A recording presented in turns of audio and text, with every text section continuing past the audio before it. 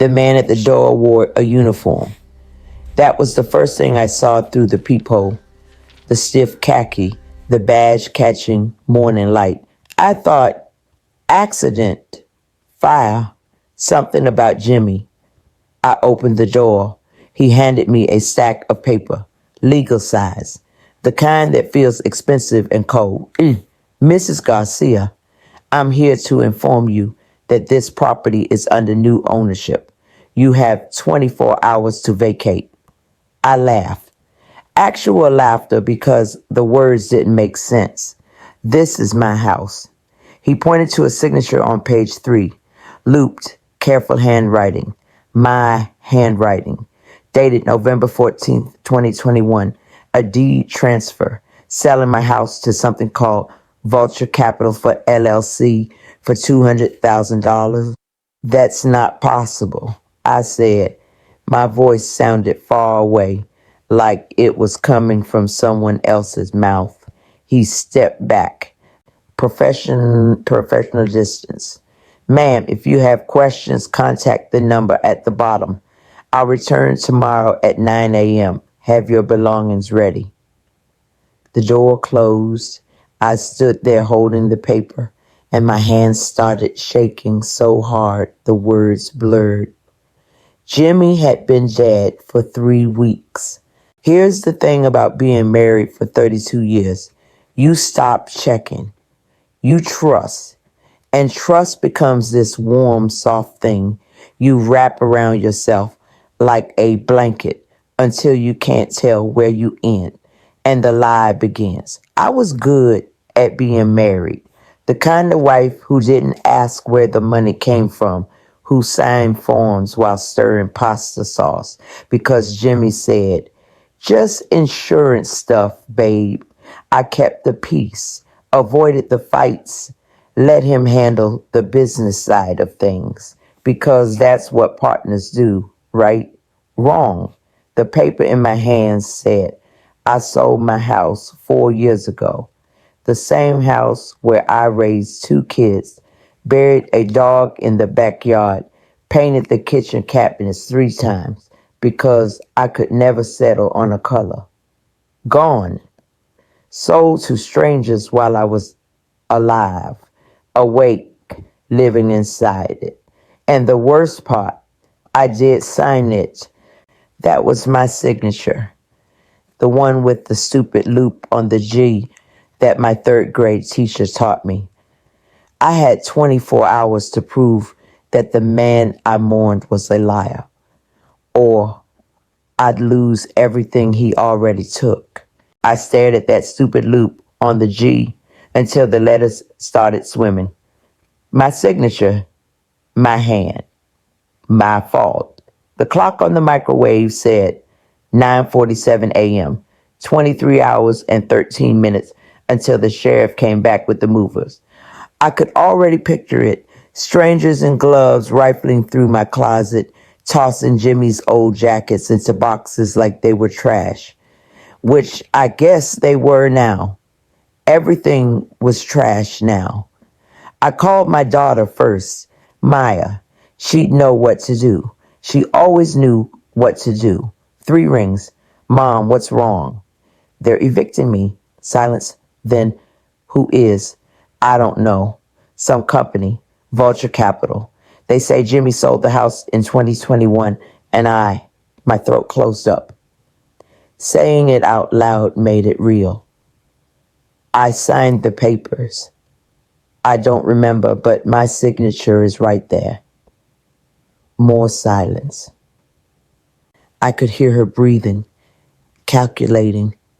Maya was an accountant. She didn't panic. Mom, that doesn't make sense.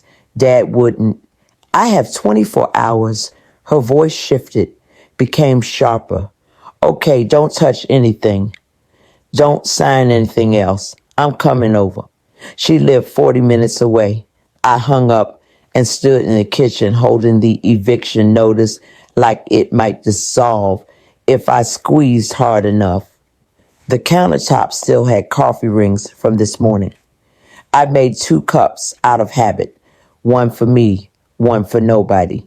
Wait, November 14th, 2021. I walked to the calendar hanging by the fridge, the old paper kind that Jimmy used to mark his fishing trips. I flipped back through the years past the 2025, 2024, 2023, 2022. There. November 5th, 2021. My finger landed on the 14th, a Sunday. A Sunday. Notaries don't work Sundays, at least not the official kind who stamp government documents at county offices. I knew this because I tried to get something notarized on a Saturday once, and the whole town was closed. So either the notary came to our house, which I would remember, or someone lied about the date, or I was losing my mind. That was also possible. Grief does strange things, makes you forget entire conversations, whole days. Maybe I did sign it. Maybe Jimmy explained it all and I just erased it. Built a wall in my brain to protect the fairy tale. The doorbell rang, not Maya, too fast. I looked through the peephole. A man in a cheap suit holding a clipboard. Vulture Capital, probably. Coming to confirm I received the notice to make sure I understood the terms of my own erasure. I didn't open the door. He rang again. Knocked it. Called through the wood. Mrs. Garcia, I'm here to discuss your rental arrears. You owe $90,000 in back payments. Rental arrears. They were charging me rent for my own house. For 4 years, I didn't even know I was a tenant. I slid down the door and sat on the floor, knees pulled to my chest, and waited for him to leave. The floor was cold. I stayed there long after the man in the cheap suit left, long after the sound of his car engine faded down the street. My knees ached. I didn't move. 3 weeks ago, I'd sat on a different floor. The funeral home, waiting room, same numb feeling, different nightmare. The funeral director had handed me a brochure with casket options, mahogany, oak, brushed steel, prices that made my stomach drop. I picked the mid-range oak because Jimmy would have said the expensive one was showing off and the cheap one was disrespectful. Even Dad, I was trying to make him happy. The service was packed, standing room only. People I'd never seen before lined up to tell me what a saint he was. Jimmy gave me the shirt off his back once, literally. I was homeless, and your husband co-signed my car loan when no bank would touch me. He coached my son's little league team for free. Never missed a practice. I nodded, smiled, let them hug me while I stood there like a mannequin in a black dress that smelled like mothballs because I hadn't worn it since his mother's funeral. Maya had squeezed my hand during the eulogy. Her husband, Derek, read it because I couldn't get through the first sentence without my voice cracking. He talked about Jimmy's generous spirit and his unwavering dedication to family. Standard funeral script, the kind of thing you say when someone dies and you're supposed to pretend they were perfect. At the end, they opened the casket for final viewings. I'd walked up alone. His face looked wrong, too waxy, too still. The funeral home had combed his hair differently, parted it on the wrong side. I wanted to fix it, but my hands wouldn't move. So I kissed his forehead instead. Cold, firm, like kissing marble. I'm sorry, I'd whispered, for what I didn't know, for surviving him, for being worried about money when I should have been drowning in grief, for the flash of relief I'd felt when the hospital called, relief that I wouldn't have to watch him die slowly, and that it was just over. Someone behind me was crying, loud theatrical sobs. Jimmy's co-worker from the construction site, probably. They were always dramatic. I'd stepped back, Let the next person have their turn with the saint in the casket. Now, sitting on my kitchen floor with an eviction notice crumpled in my fist, I thought about that kiss, that cold forehead, the way he looked peaceful, like all his secrets had died with him, except they hadn't. They were still here, living in my house, eating through my savings, sitting on my couch in the form of legal documents that said I was a tenant, not an owner, a fool, not a wife. The man they buried wasn't Jimmy Garcia. I didn't know who the hell he was. I didn't know who the hell he was, but his truck was still parked in the driveway. Maya had been after me for weeks to sell it. Mom, it's just sitting there. You're not going to drive a pickup. Let me post it online. Practical. Maya. Always 3 steps ahead. Always solving problems before they became disasters. Except she didn't know this disaster was already 4 years old. The truck was a 2015 Ford F-150. White, scratched to hell, smelled like diesel and old coffee. Jimmy had driven it to every job site, every fishing trip, every late night errand that I never questioned because questioning meant conflict. And conflict meant I wasn't being a good wife. I grabbed the keys from the hook by the garage door. My hands were steadier now. Anger does that, turns grief into fuel. The driver's seat was pushed back too far. I adjusted it, and a stack of fast food napkins fell onto the floor. Burger King, McDonald's, Taco Bell. Jimmy always said he packed lunches. Another small lie in an ocean of them. I started going through the glove compartment. Registration, insurance, a flashlight that didn't work. Nothing useful. The center console was the same. Loose change, a broken pen. Receipts for gas stations I'd never heard of. Then I checked under the seats. The passenger side had nothing but dirt and a crushed soda can. But when I reached under the driver's seat, my fingers hit something solid, metal, cold. I pulled. It didn't budge. I got out, walked around to the driver's side, and crouched down to look. There, welded into the underside of the seat frame, was a lockbox, small, maybe 8 inches wide, the kind you use for a handgun or important documents. It had a combination lock, my birthday. I tried it first because Jimmy used to say I was the only number he needed to remember. 6 digits, month, day, year, nothing. His birthday, same format. Click, the box opened. I expected cash. Jewelry, maybe. Something that explained why he needed a hidden compartment in his work truck. Something I could sell to pay the $90,000 in rental arrears that I didn't know I owed. Instead, I found phones, 15 of them. Cheap burner phones, the kind you buy at gas stations with prepaid minutes, all different colors, black, blue, red. One with a cracked screen. None of them had SIM cards, just empty shells. And underneath the phones, folded in half, was a spiral notebook. I opened it. The first page had dates, races, horse names I didn't recognize. Thunder Bay lived 500, lost. Golden Sunset went 200, lost. Midnight Runner 3001, page after page. Months of entries, years maybe. The handwriting got messier as the amounts got bigger.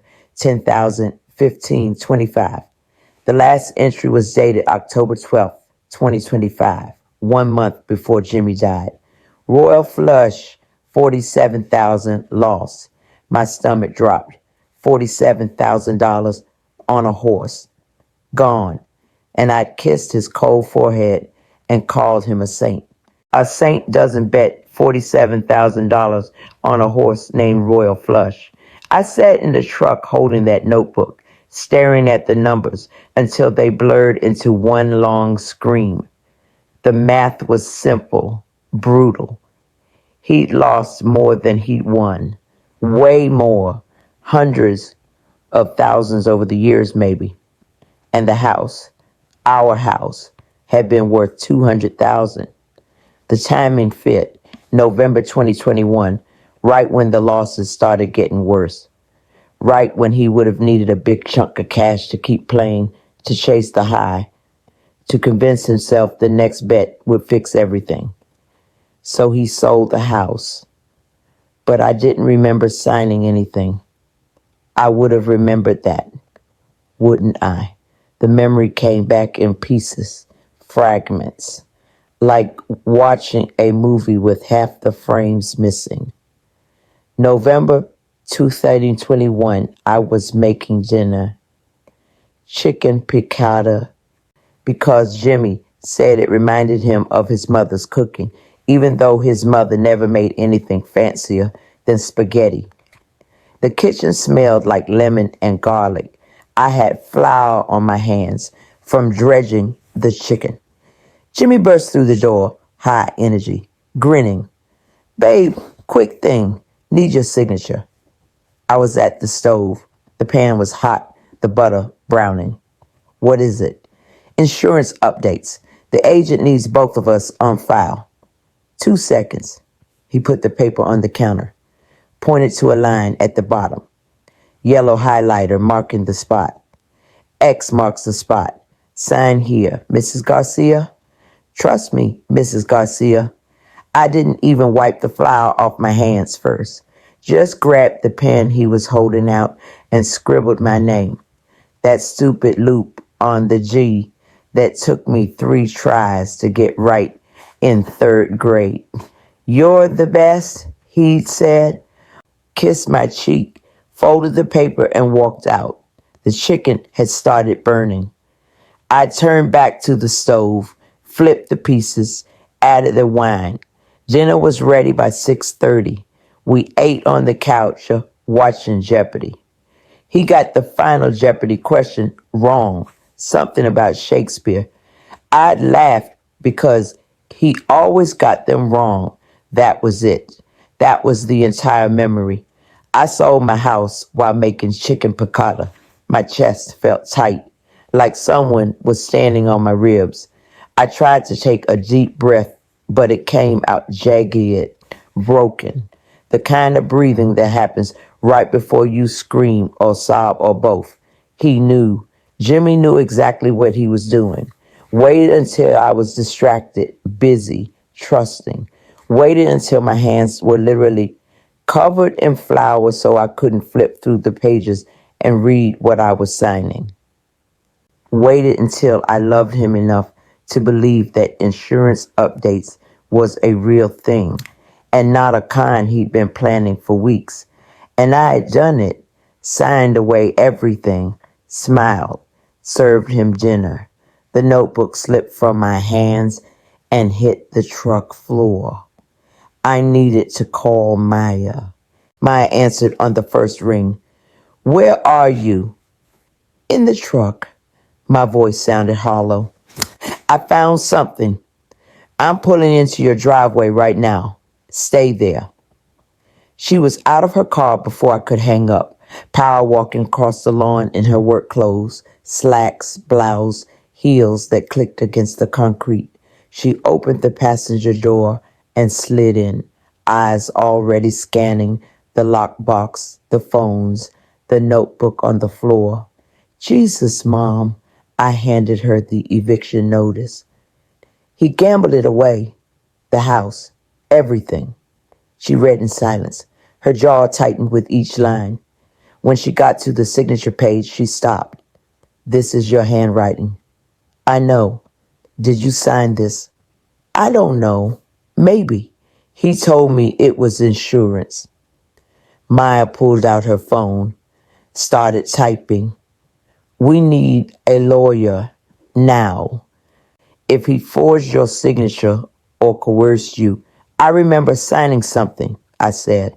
The words felt like glass coming up. He rushed me. I had flour on my hands, but I signed it.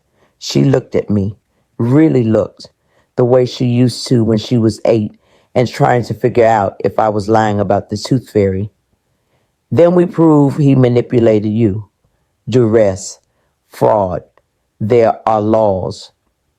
2 hours later, we were sitting in a lawyer's office downtown. The guy's name was Robert Shen, mid-40s, tired eyes, desk covered in case files. Maya had found him through a colleague who specialized in real estate fraud. He studied the deed through a magnifying glass, flipped to the notary page, ran his finger along my signature like he was reading Braille. Mrs. Garcia, he said slowly, I need to be very clear with you. This signature is authentic, but he tricked me. I didn't know what I was signing. That's irrelevant. You're a competent adult. You signed a legal document. The burden of proof is on you to demonstrate that the signature was forged or obtained through illegal means. He set the paper down. And I can tell you right now, this wasn't forged. My hands went cold. How do you know? Pressure points. When someone forges a signature, they draw it slow, careful strokes. But this, he pointed to the loop on my G. You didn't just sign this, you pressed hard. Look at the ink saturation, the slight tear in the paper here.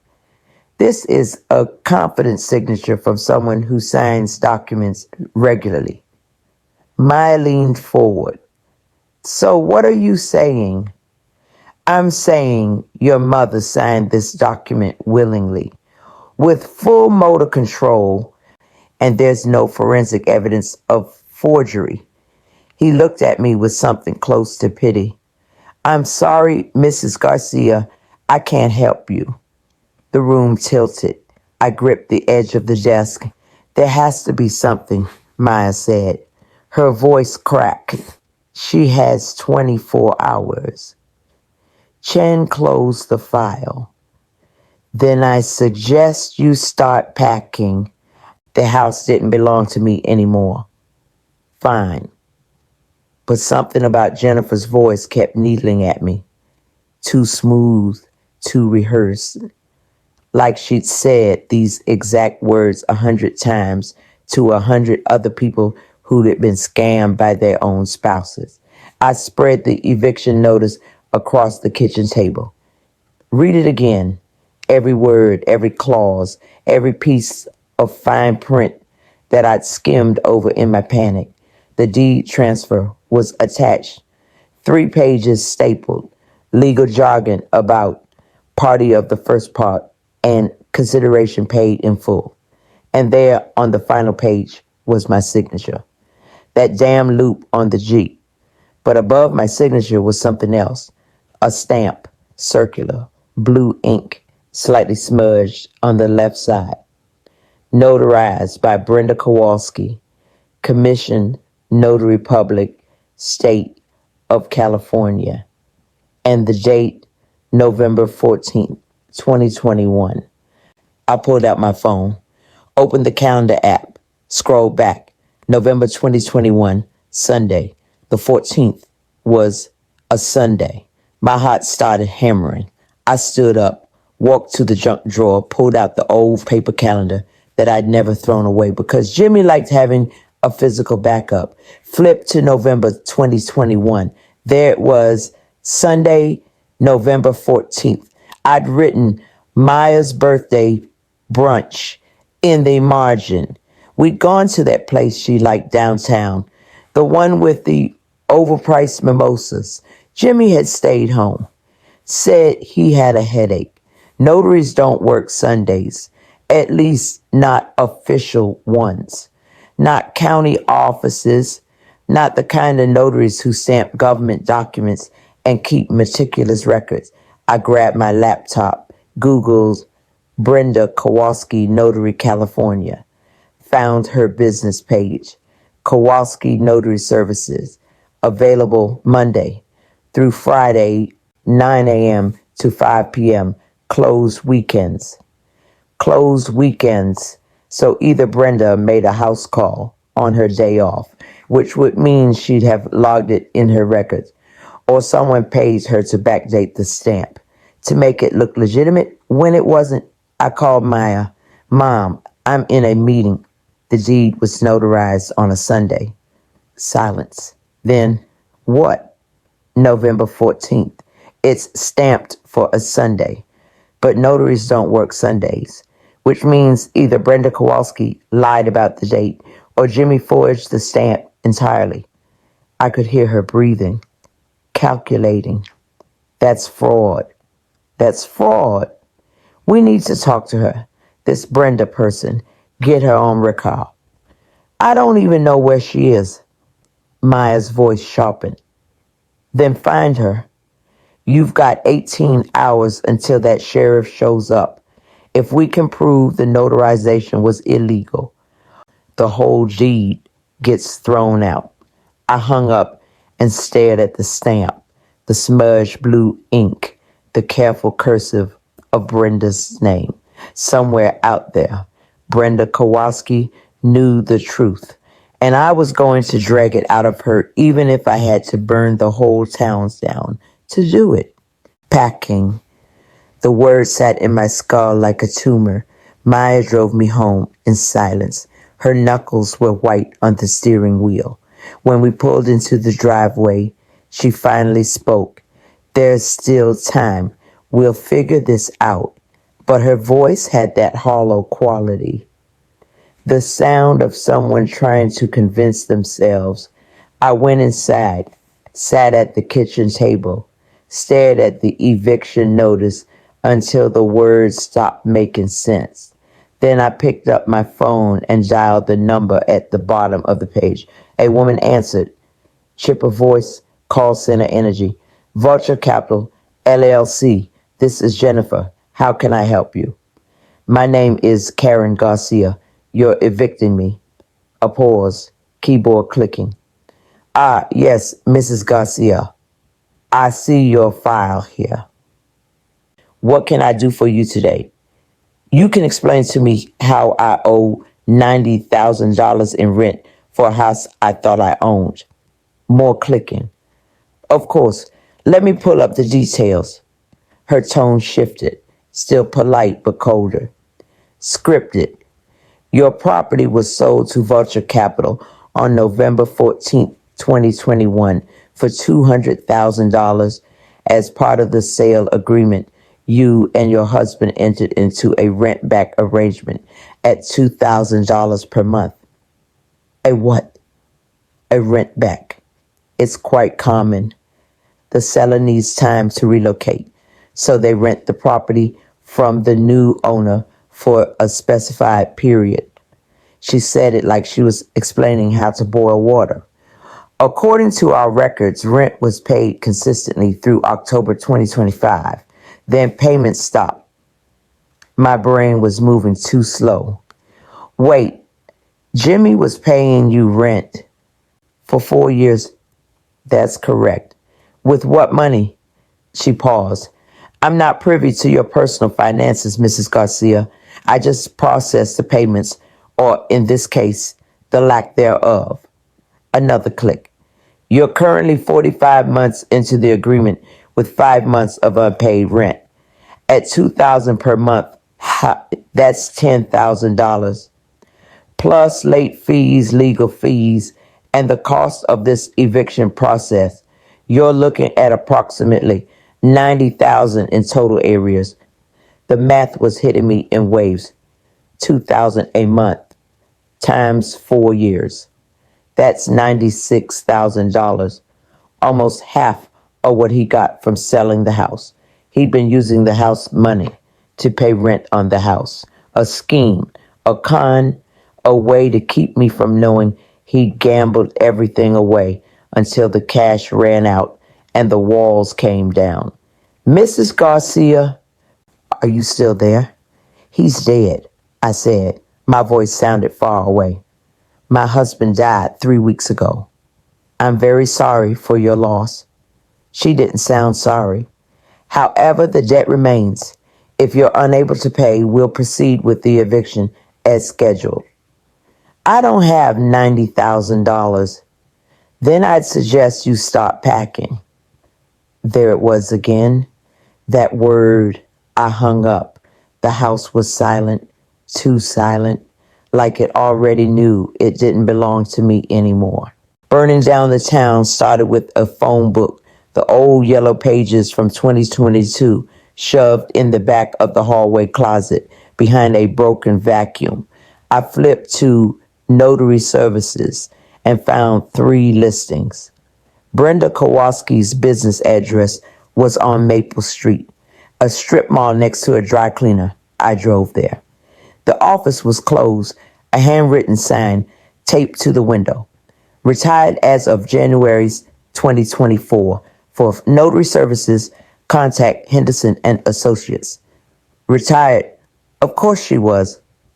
People who commit fraud don't stick around to answer questions, but small towns have long memories.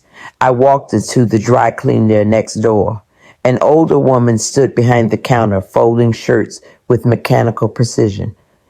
"Excuse me," I said. "Do you know Brenda Kowalski? She used to run the notary office next door." The woman looked up. Her eyes narrowed. "You a friend of hers?" "Not exactly." "Good." That woman was a snake. She set down a shirt. "What do you need her for?" "She notarized a document for my husband. I need to ask her about it." "Your husband got a name?" "Jimmy Garcia." Her face changed. Something like recognition. Maybe pity. "The guy who died last month. I saw the obituary." She shook her head. "Brenda used to do a lot of work for, let's call them flexible clients. The kind who needed stamps on papers that didn't line up quite right. If your husband used her services, I bet money something wasn't kosher." My pulse kicked up. "Do you know where she is now?" "Last I heard, she's bartending at Riley's. That job on 4th Street, works nights." Riley's was the kind of bar where the floor stuck to your shoes and the jukebox only played country songs from 1987. I got there at 8 p.m. The place smelled like stale beer and desperation. Brenda was behind the bar, late 50s, bleached hair, tired eyes. She was pouring a draft when I walked up. "Brenda Kowalski." She looked at me. Her hand stopped mid-pour. "Who's asking?" "Karen Garcia." The name hit her like a slap. Beer overflowed from the glass, spilling onto the bar. She swore, grabbed a towel, wiped it up. "I don't know you, but you know my signature." I pulled out the deed, slammed it on the bar. "November 14th, 2021. You notarized this." She didn't look at it. "I notarized a lot of things. I don't remember every. It was a Sunday." Her face went pale. "You don't work Sundays," I continued. My voice was ice. "Your office is closed. So either you came to my house and notarized this in person, which I would remember, or my husband paid you to backdate that stamp. Which is it?" Brenda glanced around the bar. No one was paying attention. She leaned in close, voice low. "Lady, I suggest you leave. My husband is dead, but I'm still here." I didn't move. "Did he pay you?" Her jaw clenched. "Get out." "How much did he pay you, Brenda?" She tried to walk away. I grabbed her wrist. $500, she hissed. "He paid me $500 to backdate the stamp. Now let go before I call the cops." I let go and smiled. I smiled because for the first time in 3 weeks, I wasn't the one being conned. Brenda tried to backpedal, started saying she didn't remember clearly, and maybe it was a different date. But I had my phone out, recording every word. Her confession was clean, clear, criminal. Maya met me in the parking lot. I played her the recording. She listened twice, then called Chen. We have her, she said into the phone. Full confession. Mom recorded it. Chen's voice crackled through the speaker. Get her to sign an affidavit tonight. I'll file an emergency motion first thing in the morning. We went back inside Riley's. Brenda was in the back room smoking a cigarette with shaking hands. Maya pulled out a printed affidavit. She drafted in the car, typed it one-handed while I drove. Always prepared. Always 3 steps ahead. Sign this, Maya said. No politeness, no negotiation. Brenda read it. Her face went gray. This says I committed fraud because you did. I could lose my license. I could go to jail. You already lost your license, I said. My voice was flat. You retired, remember? And if you don't sign this, I'm taking that recording to the district attorney. They'll charge you with conspiracy to commit real estate fraud. That's 5 years minimum. Her hand trembled as she picked up the pen. She signed, dated it, slid it back across the table. We left without saying another word. The next morning, Chen filed the motion at 7 a.m. By 8:30, we were back at my house, waiting. The sheriff was supposed to arrive at 9 a.m. with the movers. The eviction clock had hit 0. Maya paced the living room. I sat on the couch, hands folded in my lap, watching the door like it might explode. At 8:50, a truck pulled up, not the sheriff. Movers, 2 guys in gray jumpsuits carrying boxes. Mom, I see them. One of them knocked. I opened the door. Mrs. Garcia, we're here for the eviction removal. We'll need you to step outside while we... A car screeched into the driveway. Chen's BMW. He jumped out, waving a folder like a flag. Stop right there. The movers froze. Chen ran up the walkway, breathing hard. He shoved papers into the lit mover's hands. Emergency injunction. The eviction is suspended. You touch one item in this house. You're liable for damages. The mover read it, looked at his partner. We need to call the office.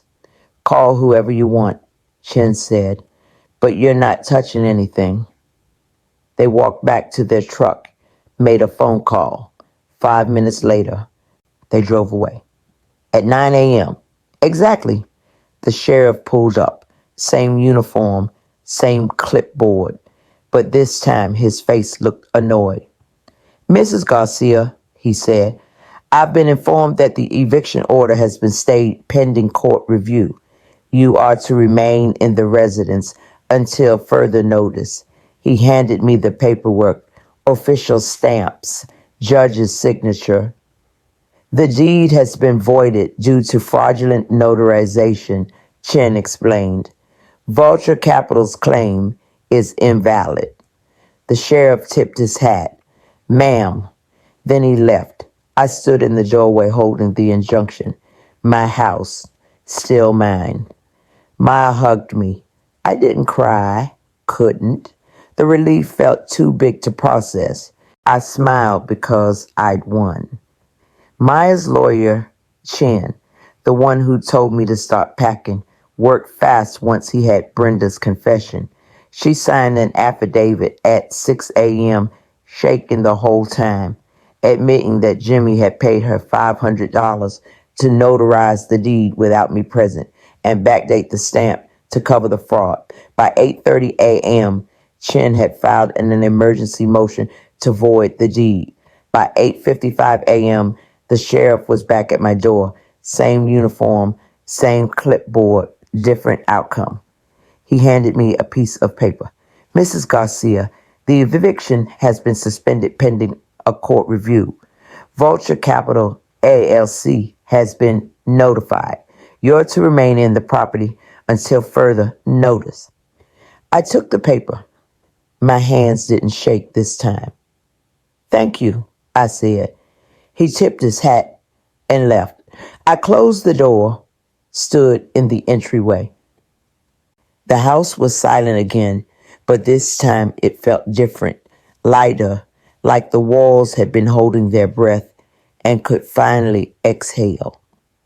Maya showed up an hour later with coffee and bagels. We sat at the kitchen table, the same table where I'd signed away everything while covered in flour, and she walked me through the next steps. The deed would be voided. Vulture Capital would fight it, but they'd lose. Brenda's affidavit was ironclad. The notarization was fraudulent, which meant the entire sale was invalid. You're keeping the house, Mom, Maya said. Her voice cracked. You won, I nodded, but I didn't feel like I'd won anything.